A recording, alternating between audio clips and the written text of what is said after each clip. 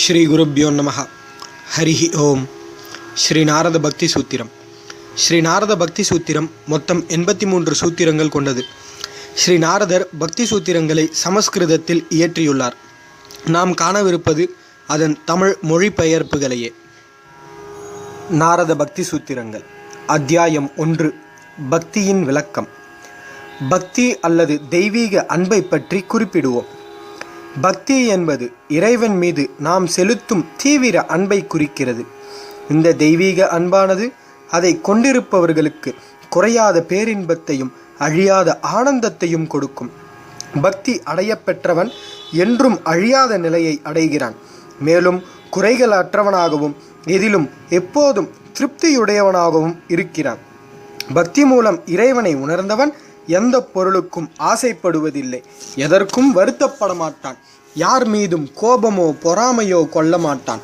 எதையும் அடைய வேண்டும் அல்லது சாதிக்க வேண்டும் என்ற உணர்வு இல்லாதவனாக இருப்பான்.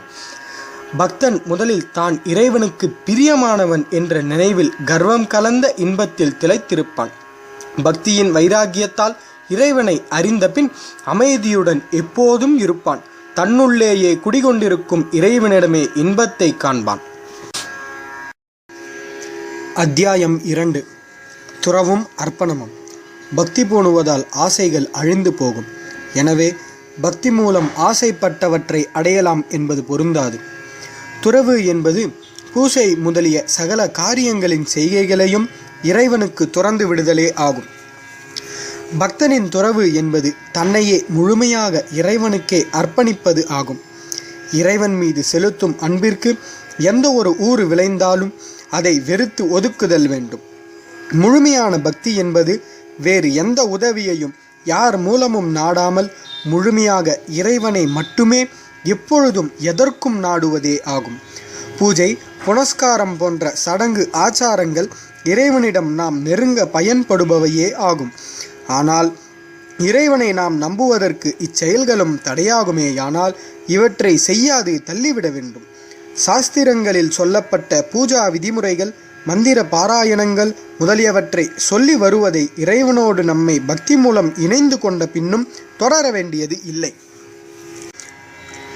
இறைவனோடு நம்மை இணைத்த பின்னும் இக்காரியங்களில் நாம் ஈடுபட்டால் பக்தியில் இருந்து வழுகி விழும்படி நேரலாம்.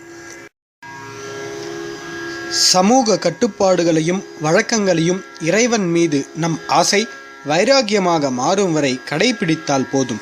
அதே நேரம் பக்தி வைராகியமாக மாறினாலும் உடலை பேணும் பொருட்டு சாப்பிடுதல், நீர் அருந்துதல் முதலியவற்றை விட்டுவிடக்கூடாது.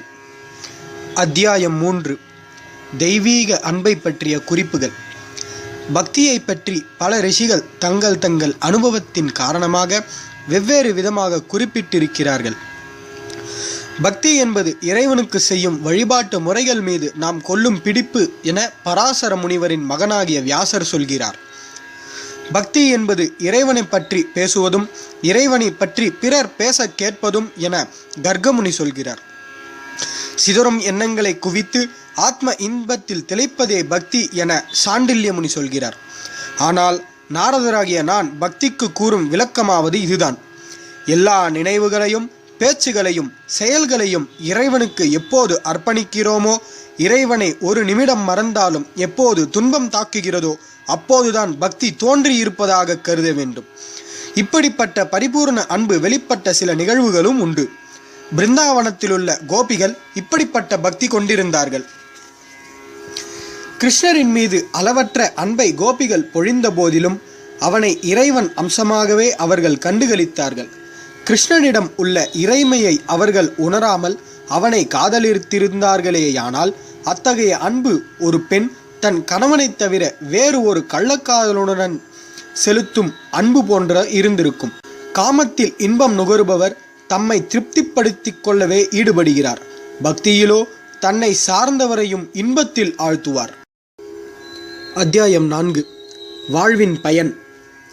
கர்ம ஞான யோக மார்க்கங்களை விட பக்தி மார்க்கம் சிறந்தது.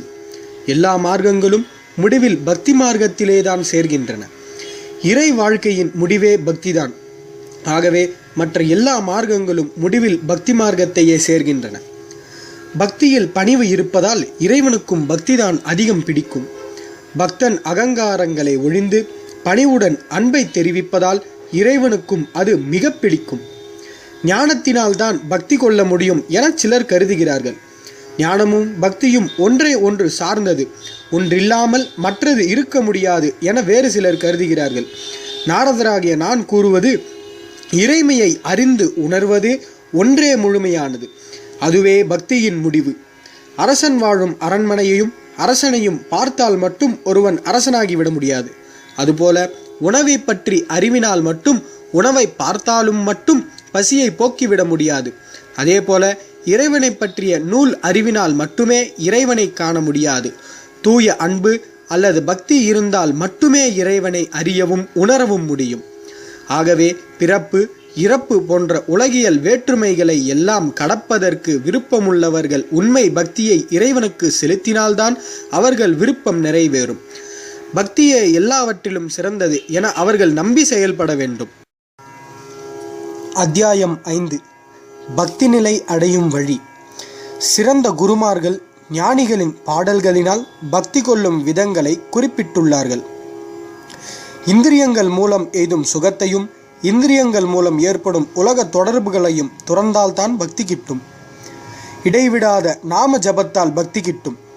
அன்றாட வீட்டு அலுவலக வெளி வேலைகளில் நாம் ஈடுபட்டிருந்தாலும் எப்போதும் வாய்விட்டோ நமக்குள்ளேயோ இறைவனை பற்றிய பாடல்களையோ அவனது புகழ் கூறும் கதைகளையோ சம்பவங்களையோ நினைத்து அல்லது கேட்டுக்கொண்டிருந்தாலும் பக்தி கிட்டும். பக்தி கிட்ட ஒரு ஞானியின் அருள் தேவை. ஞானி கிடைப்பது மிக அரிது. அப்படி கிடைக்கக்கூடிய ஞானியையும் நாம் ஞானி என அறிந்து கொள்வது மிக கடினம்.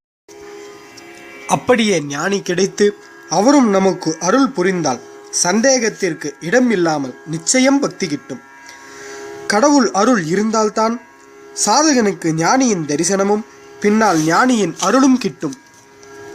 கடவுளுக்கும் அவருடைய பக்தர்களுக்கும் வேறுபாடு கிடையாது. ஆகவே பக்தி ஏற்பட ஒரு ஞானியை நாடு. அவர் அருள் பெற பாடுபடு.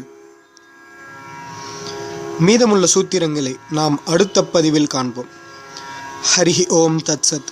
சர்வம் ஸ்ரீ பிரம்மார்ப்பணமஸ்து.